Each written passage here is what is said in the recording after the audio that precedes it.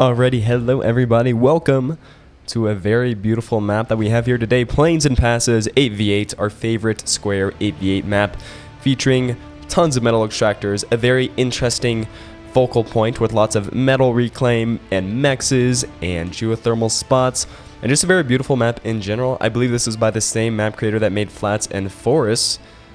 But let's move on to our teams here. So on the right side of the map, the warm colored team leading the team is going to be underscore here from Turkey, 53TS, playing Cortex in the blue color.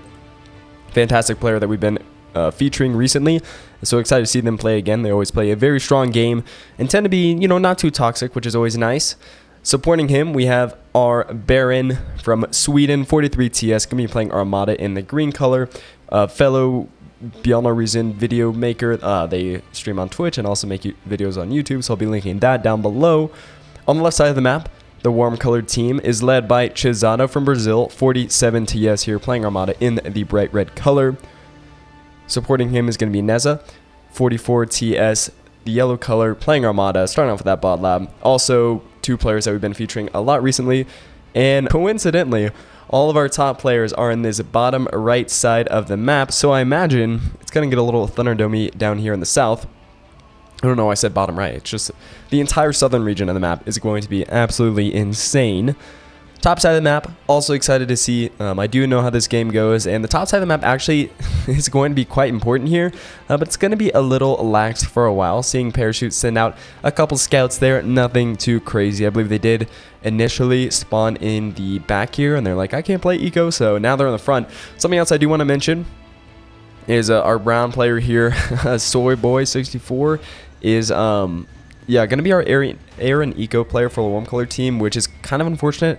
While they're not totally new, they seem to be pretty new, and it's generally not advisable to send your newest players down, to be the eco or the air player, because it's a little confusing. Air's not too bad, but it's trying to do air while you're ecoing can always be a little confusing. When to do the bombing runs, how many fighters to make, stuff like that can be, a little bit more confusing than just like being on the front line and be like, oh, you know what, I'm going to make some tanks because tanks look cool and they do good damage and stuff like that.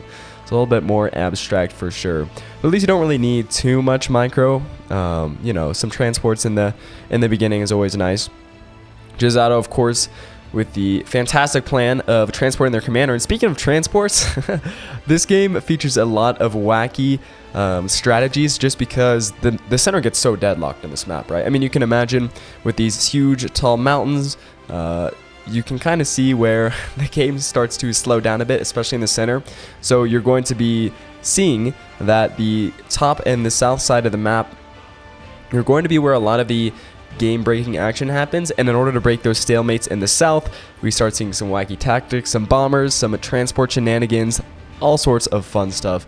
So if you do stick around, and again, if you do enjoy this kind of content, make sure to like and subscribe. I've been getting a lot of good reviews, I guess, on my current content, which I think is fun, when you put more effort in things and people enjoy it more. It's a good return on value, should we say. Either way, some grunt battles down here in the south, nothing too crazy going on. Jizado being transported once again. Going to be grabbing these mexes. The mexes are worth 1.8, should have seen it in the opening crawl, but some of the mexes in the center are worth a little bit more. 2.5 there for some of these mountain ones, and I think that's the most that they get there. I'm going to be a bit of an explosion in the back there. Imagine a scout got by or something like that. We're already seeing a scout out here from Soyboy. So again, they're not doing too bad, right? I wouldn't say they're super far behind HKL, which is going to be the air player for now for the cool colored side. So we actually have two inexperienced players for the for both sides running air, which I think is interesting. Although 28 TS is a lot different than 16, so do with that information what you will here. Fiddler and police and help troops going to be battling it out here in the pass, of course. And we also get to see some Cerberuses on these geothermal spots. Can you imagine how cool that is? Just having this huge artillery cannon rain down destruction on these poor troops in the pass. But yeah, I think this map is great. I like it a lot more than Flats and Forests, just because Flats and Forests kind of, it's in the name. It's very flat, and I think flat maps tend to be kind of uninteresting. Unfortunately, I think terrain is one of this game's great additions. Not all RTS games feature like a lot of terrain, or you have to worry about stuff like that. But this game definitely does, so when it's added in a thoughtful manner, I think that's pretty cool. Next, going to be going down here for underscore. Yeah, some scouts get by for Neza. Those Canadians, just terrible. Two commanders going to be going down here in the north side of the center. We have Fiddler and Police and Help Troops going to each be exploding there. A little unfortunate. Grunt v Grunt battle. Onidara's commander going to be here in the purple, trying to defend these commander wrecks. If you're new to Beyond All Reason, these commanders give a lot of reclaim. You can see 1250 for each commander. So that's 2,500 metal just sitting on the field right now. It is being reclaimed. You can see that number start ticking down there. So you have to get to it quick before the other team does. And with that metal, you can do a lot of things. You can either pump out a lot more T1 units, provides for some more early aggression. You can make some pretty good stack defenses, like the agitators, or you can go for your T2 lab early, which I think is probably the smartest play when you're met with free metal on the field. Going for that early T2 lab, it's just a huge boost, both to your economy and also the units that you can make. The Stouts putting a hurting on underscore's commander here. Going to be going with that D-gun, trying to take him out there. We also have a commander v commander battle up north there. I'm going to be focused on this one just for a little bit longer. Yeah, those Stouts are taking pretty good beating. If that commander gets out of there, definitely worth it for those D-guns. Parachute and Loudy up here, battling it out. Loudy doesn't know that D-gun doesn't work against commanders anymore, and looks like his commander is going to be going down, mostly to pawns actually. Yeah, there he goes. Although we do have Parachute's commander going down as well in that explosion. Tends to happen all the time. I think if your commander's 40% or below, it's going to be destroyed in that blast if they're both within firing range. I think that's the math there. Not entirely sure. Obviously, the farther away you are from the blast, the less damage it does. It's a little bit of scaling there. Underscore's commander still making it out of here. Chizato's commander healthy with the crown on his head. Going to be making some radar for his Stouts. Also supported by Pelican here. So yeah, underscore is getting 2v1 as he has mentioned in chat before. So a little bit of a rough situation for him. Hopefully he can pull it off, right? HKL going to be sending his commander over there. Gets spotted immediately by Chizato. Yeah. A little unfortunate. Maybe would have transported that commander a little bit closer, depending on what you wanted to do with it. But looks like they're just going to be making some stack defense, trying to support, hold this push down south, which is getting it's kind of snowbally. Stouts, of course, very dangerous, high health, good damage, of course, all for T1. They're not the slowest units on the field either, which I think gives them some credence, right? You're able to kind of build them up on the front without it taking forever to get to the front line. Like Mammoths, they take 40 years to get to the front line, right? And cans and stuff like that. Are they still called? Yeah, they're called cans. No, sumos. I'm sorry.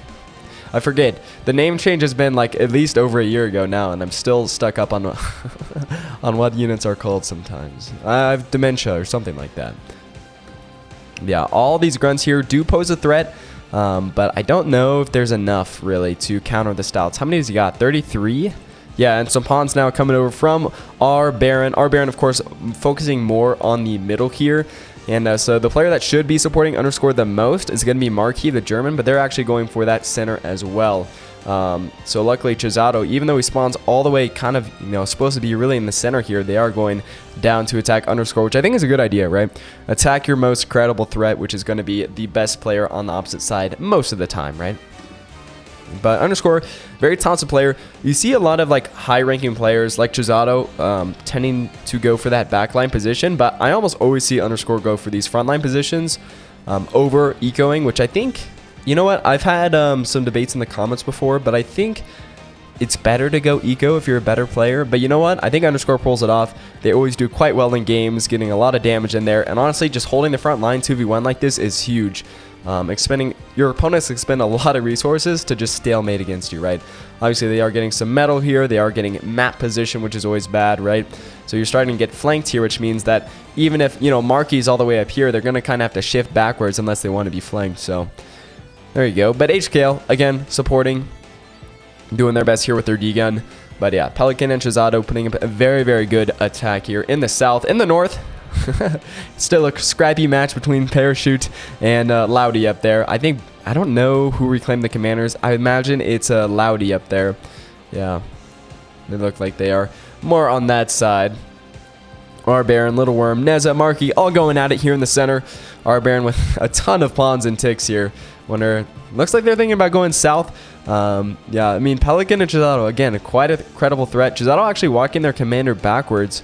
I wonder what's that about. Maybe this position is untenable. If Neza loses this fight, it might be. Although with a commander up here with that D-gun ability, they should be just fine. If they get some good D-guns in, falling to 50%, 30%, 20%. Oh, no. Are they going to be going down to a couple pawns here? Oh, it comes down to the wire, and they do go down there. Fantastic. Marquis commander was there anyway, so they probably would have lost either way, but, you know. It's cool to see. So another 1250 medal on the field. Probably going to be going to Marky there. Lots of fighters over here for Soyboy. And yeah, trying to head off this bomber attack from HKL, which they do. HKL is going to need a few more fighters to make that bomber attack happen. Which again, it's always that balancing act when you play air. You know, you always have to have more fighters than the other air opponent. But you also have to have the bombers to make the attack. So it's kind of like, you know, it's a little bit difficult to get the upper hand in those air battles. Normally one player has to make a mistake, or you have to have another player supporting you economically in order to get that air superiority. So we'll see what happens there with those bombers. Yeah, T1 bombers, always fun to see. These rocket bots putting a number on Baron's commander, but unfortunately they aren't microed out of the way, and the little worms, yeah, they all get shot down. And we saw Little Worm last game too, right? So it's always good to see some familiar faces. I imagine all these people live in similar time zones, or they just play at the similar times, because we do tend to see a lot of these player groupings happen again and again, which, you know what, I don't mind, because they're new faces for me. You know, a lot of the older players I've seen play a ton, so getting to see these newer players in my eyes is always fun to watch. Trying to see what strategies they come up with and what their typical tactics are. We do get some bombing runs from the Stormbringers, not Stormbringers, Whirlwinds. I apologize, from HKL. So they do get the bombers get some damage in. Probably not on the eco targets that they hoped that they would have gotten, but yeah, still hitting these units is good and basically for free, right? There's no AA here. Some commander lasers doing a little bit of damage. Little Worm's so low there. A little unfortunate those bombers didn't target the commander. Looks like they are heading home. Fiddler already wanting to resign. Yeah, interesting. Morale, of course, always plays a part in Vienna Reason. And sometimes when you think you're going to lose, you won't actually lose if you just stuck it out. Or even if you didn't stick it out, your team might just win for you. Or, you know, you could be right too, right? It's always, you know, people don't want to waste their time, which is always fair, but it's always a little sad seeing those resign votes, 12 minutes in the game. Hound's going to be demolishing this grunt line. They are going to be moving back. And look at how well Underscore was able to do down here. 2v1 in the south. Of course, they had a little bit of help from HKL there, HKL's commander. But it was mostly Underscore here and absolutely just clearing the field of Chisato and Pelican. Little Worm even has units over here as well. No, I'm sorry. Still Chisato. Maybe I am colorblind. Yeah, really, really impressive.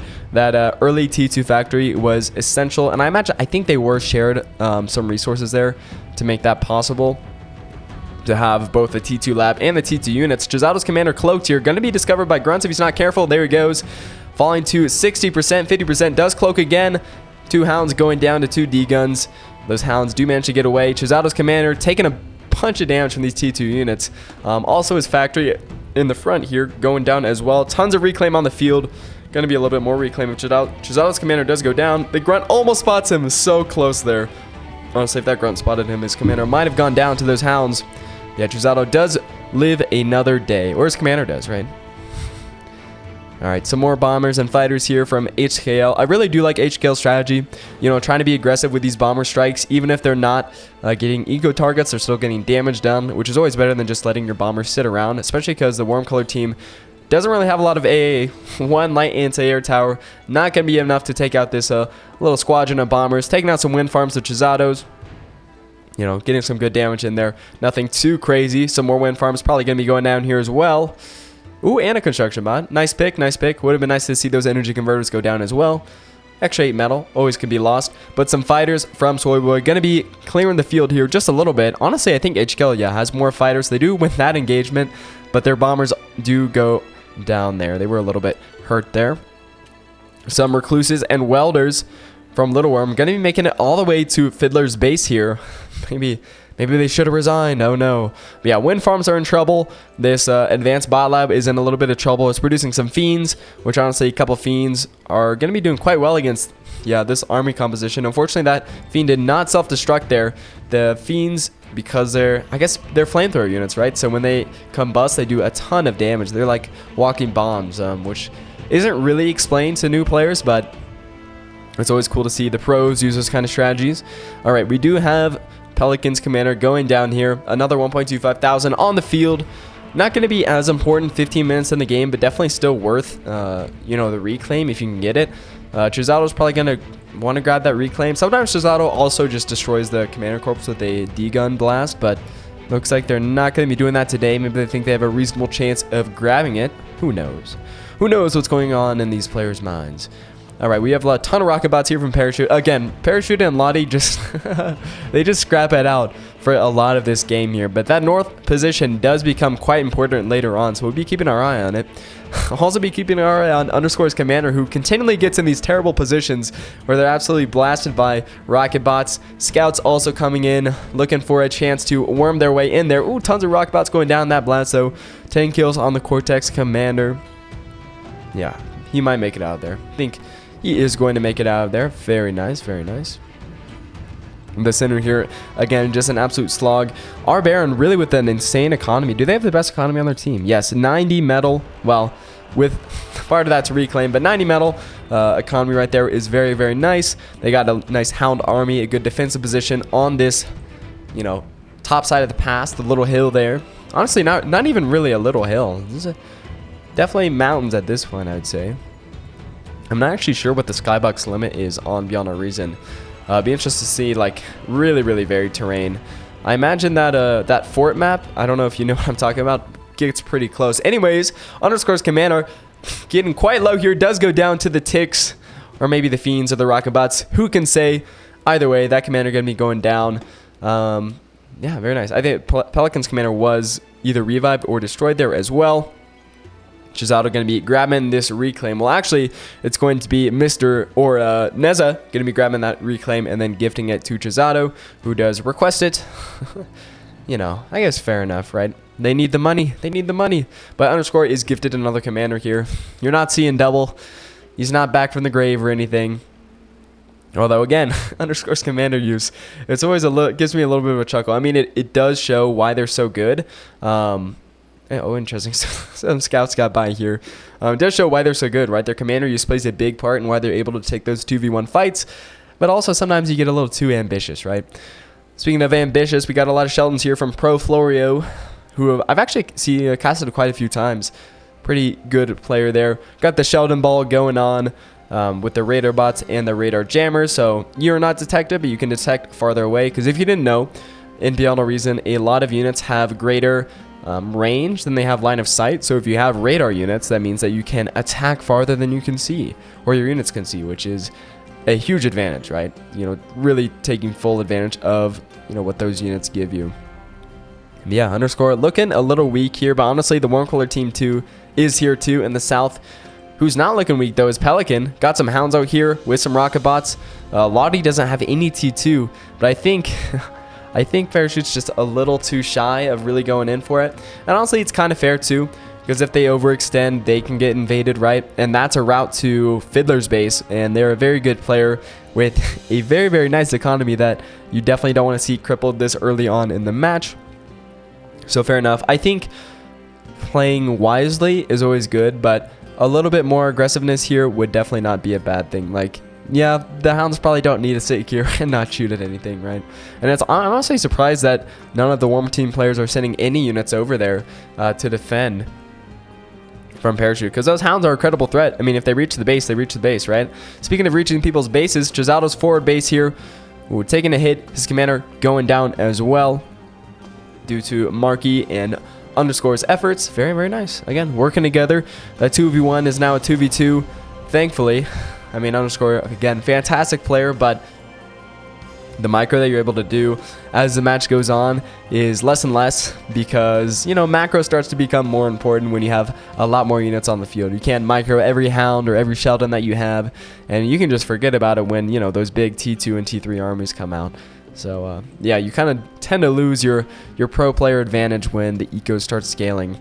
Our Baron going to be pressing the attack here. Got the hounds, got a sharpshooter, some ticks for, you know, some line of sight, and a little bit of damage as well. Juno going down there, making sure those radar towers are destroyed. So any long-range towers like this fat boy are more hampered than they should be. Hound's very good. Hounds are very good for, they're just a great piece or a great unit in general, but also because they can attack and run. Unlike this fat boy up here, if you did see when he was running around this way, he wasn't able to attack back, which is always unfortunate, although they do have a very long reload. Yeah, that fat boy got 5 kills. They definitely did their job, but unfortunately they are falling to our Baron's attack here. And yeah, Little Worm's forward outpost here, not looking too great, which is really rough because there's a T1 and T2 lab up here. So no small potatoes are being cooked. The large potatoes are thrown in the pot. All right, so we do have please send help troops. Or please help send troops. Going to actually be sending troops of their own to help Lottie up there. So I guess not living up to their name, but maybe that is a good thing here. Sheldon's down in the crevice here from Pro Florio. Oh, we did just have somebody leave. I forgot who that was. My bad, brother. Well, you will be missed, but it happens to the best of us. So again, morale is a very, very important part of this game, although I don't actually know why that player left. Yeah, sorry about that. I mean, I didn't know it was going to... I know somebody left, but I don't know exactly who it was. But it doesn't impact the game too much, actually. You'd be surprised. Oh, Little Worm. Yeah, I don't know if they said anything in chat. I don't read chat because I'm not a nerd. All right, a lot of fighters out here from Soy Boy, but kind of on an interesting pattern, which is that they don't have a pattern at all. They don't have a command. They're just told to fly around, which I think is much, much worse than this patrol command that HKL has. Again, stuff you learn as you become more experienced in the game, but that patrol command is going to allow you to kind of react when you need to and also have that range. So when you start getting a lot of fighters, you can kind of cover a decent chunk of the map, like this range of the map, and then you're not going to be caught unawares. So like HKL right now, they can just go in here, like if they had some bombers, and since the fighters are all down here, it's a long travel time. You know, fighters, of course, they are air units, but they're not the fastest in the world. Although there is a little bit, some fighters up here just milling about. Shiva's now out for Pro Florio, 21 minutes in the game. I think this is the first that we're seeing T3 units in this game. The first that I'm seeing them in this replay, at least. And yeah, again, this is kind of just a big grind box. Like, units die, but more units come in, and it's really, really hard to actually push a player out of the pass completely. So... yeah, again, most of the pushing should be done on the south or the north side of the map, which it is, right? Like Parachutes doing their job, trying to push up in the north here. Again, could be more aggressive, but still, they're doing their best. And then, you know, also with Underscore, unfortunately, not being able to push as well because it is a 3v2 here. Them and Marky against Chisato, Pelican, and our player in yellow, Neza. So it's not the greatest situation for them there, but it's actually pretty good because with Neza just sitting over here, of course they did send a few units over, but mostly just sitting here, that means that their counterpart, which would be our Baron, is able to kind of just roam around the middle of the map, right? That's why they're able to do so much destruction and damage. Commander kind of risky out here, all by their lonesome, really, making some laser towers. Not sure how effective those laser towers are going to be 22 minutes in the game, but you never know, right? They do a good job killing scouts, and scouts actually become more prevalent the longer the game goes on, contrary to probably what you'd imagine. Please help send troops. Sending some more troops over. Looks like they aren't fully committing, though. Maybe we're going to try to sneak around there. That's what I would try to do. Of course, I have... you know, hindsight and perfect game knowledge, so it's really easy for me to say what you should be doing. Like I said, it's a privilege of looking at replays. Quite a nice attack here. Bunch of Fiends from Pelican, supported by a couple Sheldons, but just not able to do it, unfortunately. Yeah, the pawns, they're too good. They're too good. Honestly, Fiends, in all honesty, should be absolutely wrecking these pawns, but I guess, you know, there are just too many, and Fiends aren't the most expensive unit, right? So it kind of does make sense that they're not going to be absolutely crushing a larger T1 army here. Ooh. Fighters from HKL, they're absolutely wiping Soy Boy's Air Force. There's a few fighters that left the scene. Mammoth drop actually here from Fiddler. Oh no, we missed the first Mammoth drop. It happens again. Don't worry about it. Going to be absolutely wrecking Lottie's base here. No opposition. That T2 lab going to be going down eventually, as well as, you know, the rest of the stuff. Recluse does make it out of there, but even with parachute support, that Mammoth becomes even more dangerous, and it's just a really, really bad position for the warm colored team in the north here. You hate to see it. Nobody expects the mammoth drop. Yeah, I think that's a fantastic idea. I mean, mammoths you don't really expect could actually be airlifted by transports, right? But when you get those heavy transports out, you're able to airlift the mammoths, and those, you know, transports, it's a high risk, high reward thing. Mammoths are expensive units, and transports, you know, heavily armed or not, or heavily protected or not, can easily go down to just some light anti-air. But thankfully that did not happen here. Mammoth does go down eventually, but they were worth their weight in gold, right? Taking down an entire player, definitely worth it, and they do end up leaving the game there. Honestly, no shade, because literally everything they ever had got destroyed, so it does make sense. Hailstorm Stratbombers over here from HKL going to be bombing Chizato's base here. Let's see if they're going to be able to get anything done. Doesn't really look like it. We do have those amphibious anti-air bots going to be putting up quite a struggle there. Yeah, the Hailstorm bombs do connect. Unfortunately, they're connecting on wind farms, not something more important like construction turrets or energy converters or bases or anything like that. But hey, you know what? You take what you can get. And some of those bombs are actually connecting with those T2 labs. Some of the construction turrets going down as well. So honestly, I'd say it's a pretty decent bombing run.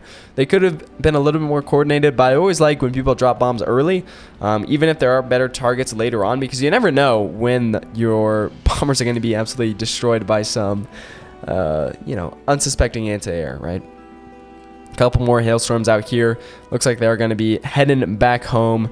No, yeah, I don't know why they're going... why that was chosen specifically. Underscore, yeah, his commander going to be going down here. What time is this? Is this the third time the commander's going down? Oh, you love to see it. But, you know, the commanders are actually really, really good late game with their D-gun that can auto-destroy even T3 units. But again, when you're 3v1ing or like 3v2ing, it's really, really difficult to hold this pass without a commander that has like instant kill function, right? But those T3 Shivas from Chizato were able to put down enough fire support. So yeah, speaking of support, Underscore is going to need some support to stave off this attack. Most people are kind of probably worried about the Shiva ball down here from Pro Florio. They have a fantastic economy. 200, oh my gosh, how much metal? 7, almost, oh, okay. A lot of that's reclaimed. So I'd say around 250 base income. It's kind of hard to say with their... yeah, energy converters going down there. They don't have quite enough energy to make all that metal there. Another mammoth drop down here in the north. Oh my gosh, mammoth. So true, Neza. So true. Actually, these construction turrets putting the hurt on this mammoth, right? Able to, you know, take that metal away. You actually get some ego boost from that mammoth there. But yeah, he does live another day. Going to be taking out this wind farm here, which is going to hurt. Please help send troops real bad. If anything, it looks bad on the map when you lose your wind farm, right? That's something that we can say. But a good mammoth drop there again. Unfortunately, like, seeing parachute back here is always really, really rough. The Strat Bombers coming in as well, trying to capitalize upon the enemy's discombobulation. As Sherlock Holmes would say, yeah, able to take out a lot of that wind farm. The rest going to be going down to that mammoth there. Fantastic plays from Fiddler here. And are we seeing more mammoths gear up for the drop, or are they just heading for the front line? Who knows? Who knows? And we also have some bombers here from Decat, just some T1 Stormbringers. So I'm not sure what the plan is with those exactly, but hey, you know what? Sometimes those T1 bombers are even effective like 30 minutes into the game, which we're almost reaching. I think we actually saw that last game, or last video, which is a very exciting moment here. Demons joining the field as well. Demons are just great, man. They're like a mini Juggernaut that's way faster, and I think they're just super, super worth their cost. It's also funny when they die because it just looks like they faceplant instead of like combusting or anything else. I think the bipedal units are always funny when they die, but the demons do it the best. And they also have very diesel punk. Like when they start shooting, they like have smoke come out of their smokestacks in the back. It's like you converted like a pickup truck and added some flamethrowers onto it. They're basically Optimus Prime. You know, like what can they say? Wasp gunships here from HKL. Again, trying to support our Baron. And gunships, you know what? They're not my favorite unit in the game, but they're actually quite effective against these big T3 units because they can provide an easy flanking bonus, which basically, if you didn't know what that was, if you get units around or behind your enemy units while you're attacking them from the front, they take extra bonus damage. Not sure exactly what the percentage is, but it's pretty high. It's definitely enough to make a difference. And of course, gunships can do damage by themselves. That's why you often see a lot of scout spam, because those scouts provide the flanking bonus even though they're not doing that much damage. So super, super worth it. You love to see it. Juno missile going to be irradiating the poor scouts there. Yeah, not sure exactly what the logic is on the Juno missiles.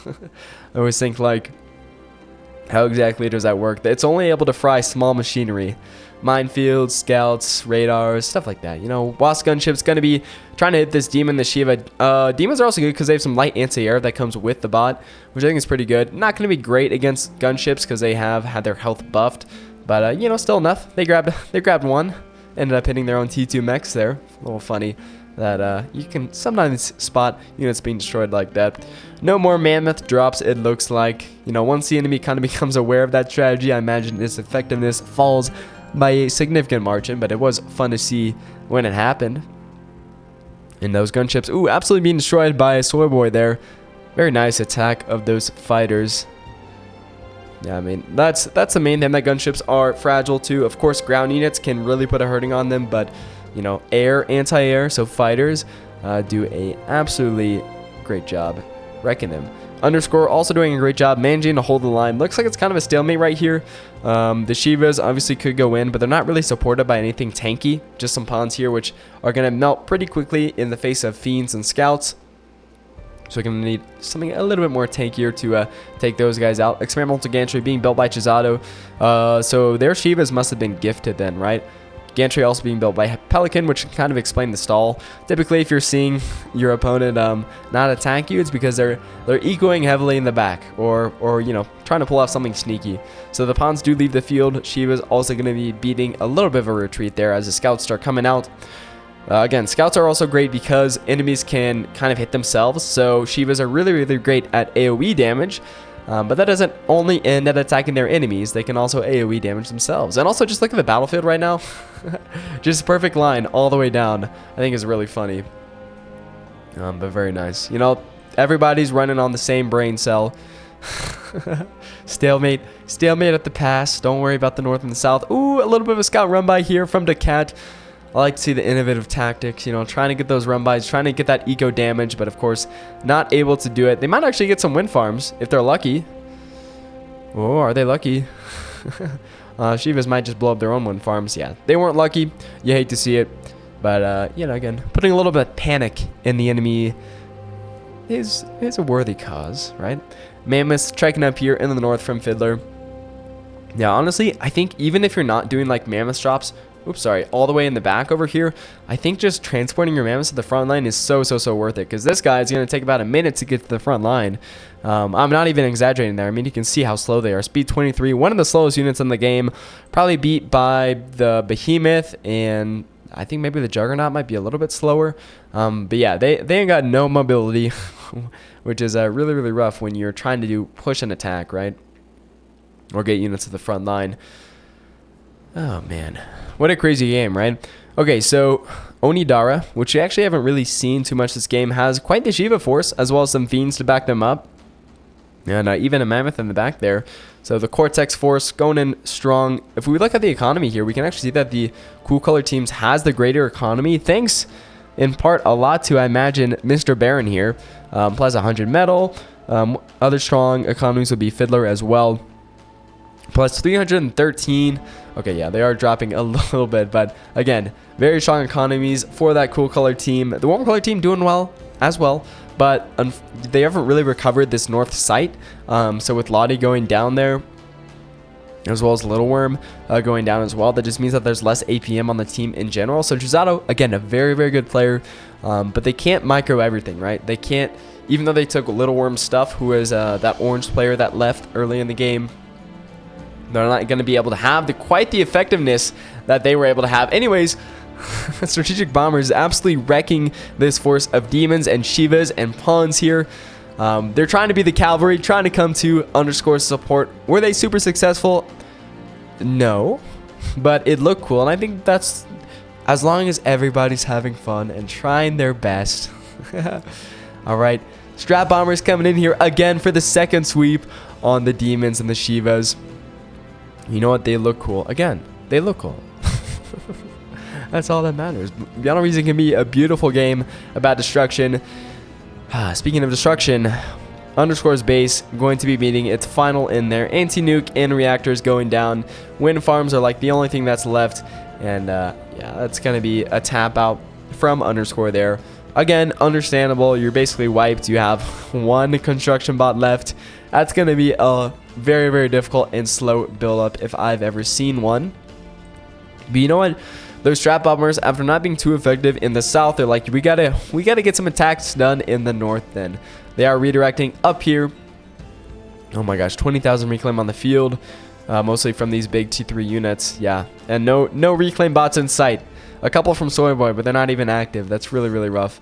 Anyways, Stratbombers going to be trying to hit. Please help send troops base over here. Dropping their bombs on the reactors. Are they going to be able to blow them up? Absolutely. They got one. That second one almost out, but unfortunately Soyboy with the fighters able to wipe out those bombers as they didn't really have a fighter contingent, which you always hate to see. Chizado still roving in the south here, although our Baron coming in with their own army. And it looks like with Titans and Razorbacks, they might be able to push this army off. Unfortunately, this Razorback is just eating so much damage here. Oh no. Yeah, that's the thing with T3. They tend to be a little bit slow, so you can't really play catch-up, right? So this contingent's trying to catch up with their poor Razorback up here, but yeah, didn't end up happening, and the Razorback does fall to the floor, defeated, but not forgotten. Razorback gets in the back line here, attacking H-Scale and our Baron's base. And yeah, again, Chizado doing good job with the micro there. Another couple of players leaving the game. Again, this is a very, very intense game of attrition, right? We have players leaving all the time, but the game still manages to not stagnate, and it is exciting to the end. Razorback going down there. But the north side here, Parachute, you know, they played a good game in the north, allowing Filler to come up here with a ton of units, mostly Fiends and Grunts, but they have some heavier Mammoths in there as well, posing a threat to Pro Florio. I'm always going to say that name wrong in the first try. It's not intentional. Yeah, that base is extremely threatened. Got an EMP down here on the Demons, managing to stun lock those guys. One does fall to the floor. The other two aren't far behind. Yep, another one falling down, but some more Demons and Shivas join the front line. Marauders even coming in here. Interesting unit choice from the Cat. Going to be just trying to get a run by. They don't even care about attacking. They're just going for that base there. Are they going to be able to make it? Doesn't look like it. Marauders aren't the tankiest unit in the game, but they're really, really fast for T3 units, which makes them especially scary, especially on water maps. Again, amphibious unit, right? But yeah, definitely not enough to get past that Shiva line. But they're right on the cusp of taking out Pro Florio. It is imminent, unless something can be done about this. Finally have some res bots over there from Parachute. Down to only 15.5 thousand metal left on the field. Yeah, Reclaim is honestly an economy of its own when you get to this stage in the game. Our Baron has managed to defend against Chizado. Some scouts down here posturing, but it looks like they are going to be going back home. And yeah, so a good game from our Baron as well. Probably one of the most important players on the cool colored side. Of course, kind of obvious with their TS ranking, right? But sometimes, you know, the higher TS players don't always perform as well as you think they would. Maybe they didn't get enough sleep last night, or this is their first game of the day or something. But our Baron definitely at his peak here in this game, doing quite well for themselves, both attacking in the center here for most of the game, but also sweeping south when underscore was taken out there, and just playing a great game of Beyond All Reason. Again, love to see it. Flamethrower mech here, racking up a few kills on these scouts, trying to get his KD up there before he gets destroyed by this Titan. Honestly, not a great KD. 13 kills. I think most of those are scouts. Poor Onidara, our Romanian player. I wonder if that means something in Romanian. I imagine it does. Like Taku, if you ever seen them play, means like bird in Polish, and I think it's like some kind of pun or play on words. Not quite sure, or I don't quite know what exactly, you know, the bird is supposed to mean, but it's always funny. There we go. Yeah, I mean, look at how this game is developed. Absolutely wasteland in the south here. Even have a Vanguard coming out as well. In the middle is just been a slog. And the north is going for the cool color team quite well. Finally, they have something going well for themselves. But Pro Florio has redirected the Shivas from the middle line here, all around over there. And honestly, this is just a big excuse for me to draw a bunch of arrows on the map. One of my favorite pastimes and hobbies. Yeah, these demons are quite fantastic. If we look at the economy bar, it has evened up significantly. Again, it's hard to tell with all the reclaim on the field. Looks like the economies are back to even, though. Yeah, I mean, underscore going down was a huge blow to the cool color team. And I mean, that's their best player, both in the whole lobby, but also for that team, who was 2v1ing or 3v1ing basically the entire game, getting taken out. That's a pillar of the community, a pillar of the game going down there. It's not a fun sight to see if you're on the Cool Color team. And ProFlorio really zoning out any aggression by Fiddler. They just don't have the big units that are able to do damage, and I don't think this line of Grunts and Fiends is the best idea. Of course, I mean, you do have the Shivas just hitting themselves, right? I mean, the rockets launched literally right at Shiva's demons, flamethrowing their own units. So you know what? Maybe I shouldn't be critiquing this strategy. Seems to be going pretty well. And of course, the support down through the middle here from Onidara, also making sure that ProFlorio is distracted on two front lines there. Not looking too good for them. Looks like Soyboy is just heading out of the game. They're grabbing or gifting their base to ProFlorio. Yeah, they were in a rough position. Being unexperienced and doing like a air eco game is very difficult, especially when you're in a game with, you know, players that have played this game for hundreds or thousands of hours. You're always going to be outclassed no matter your best intentions, which is always rough to see. You know what? I applaud them. They gave their best shot. I think they did pretty well, especially for the rating that they were at. So yeah, there we go. Atomic Bombers out here for is that Chizato's Bombers? That could be a rock name maybe, or a rock band name. Gonna be dropping their atomic bombs and skedaddling. Yeah, fantastic unit. Not sure why they're sitting just on the front line there. I guess they're able to get easy, stable damage and not really fear about being taken out, except by their own bombs. Of course, if you didn't know, atomic bombers like to hit themselves with their own explosion, which is funny and also a little bit frustrating when you're when you don't have those helipads that you need, or landing pads. Sorry. Looks like the Razorbacks from Decat getting in here. ProFlorio's base slowly being dismantled. Again, just an insane game of attrition. Seeing this big damage going on and just these huge plots of destruction in this map is always fantastic to see. It's mostly disappeared now, but you can tell where Underscore's base was because of all that. Those big craters. You know, when reactors explode, you know, they go with a bang. Alrighty. Really seeing the Cool Color team ramp up their economy now. Pressure's on the Warm Color team to end this game, I think. If we look at how many people are in the game, I think it is 6 for each side, which, you know, so they should be even, right? I don't understand. But no, yeah, it is looking like it's going rough for the Warm Color team so far. They're not super far behind, honestly. For how much damage they've suffered, they're doing quite well. ProFlorio able to expunge the enemy from their base. Now, it looks like they might be invaded again. 3 demons walking down the pass here from Onidara. But, oh, actually 4 joining the field now. But is that enough to make another swipe at the base here? Maybe. ProFlorio, again, has a lot of the team's economy on their back. 150 to 200 metal, a tick there. So, not an insignificant amount. And if that goes down, you might as well call it GG.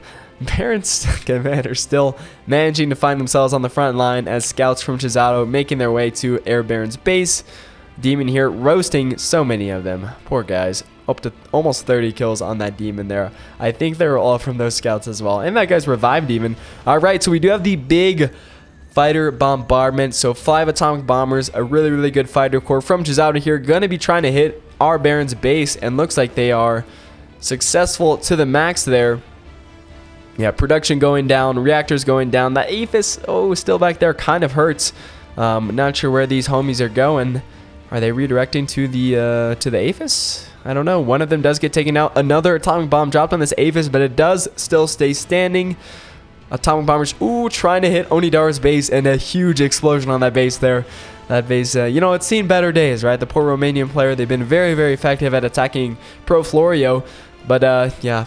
Looks like their time is mostly at an end now, but with our Barons Razorbacks as well as demon support from Onidara and Fiddler, able to really wreck this base, and more Marauders from Decat as well. Abductors from Chisato trying to head over, looking for that EMP strike on these guys with their, you know, forward-facing lasers, able to grab the Marauders. But I think the damage has been done on this base. So was it worth it? Was the trade worth it? Honestly, I'd say the Cool Color team kind of got the raw end of that deal. Our Baron's base being really destroyed, as well as Onidara also facing a significant amount of damage. And they've seen better days, but ProFlorio basically entirely destroyed here. And the thing that the Warm Color team didn't account for is that the Cool Color plays still have their army, right? They still pose a really, really big threat right here, able to just march into the enemy base. And I think even with this Titan trying to head over there and do some more damage, just not able to do it. Atomic Bomber probably needs to head out for the last hurrah of the warm colored team, but it is over. Say goodbye. So a fantastic game on what? Oh gosh, I forgot the name of the map.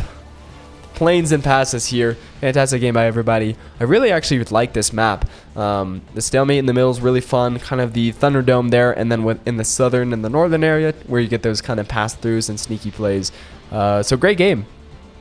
And one of the reasons I chose this game is because Chisato and Proflorio just played their hearts out, and they really represented their team quite well. They stuck it out to the end, but Cool Color team was still able to win. I think they just had the better plan and players overall, which allowed them to secure that victory there.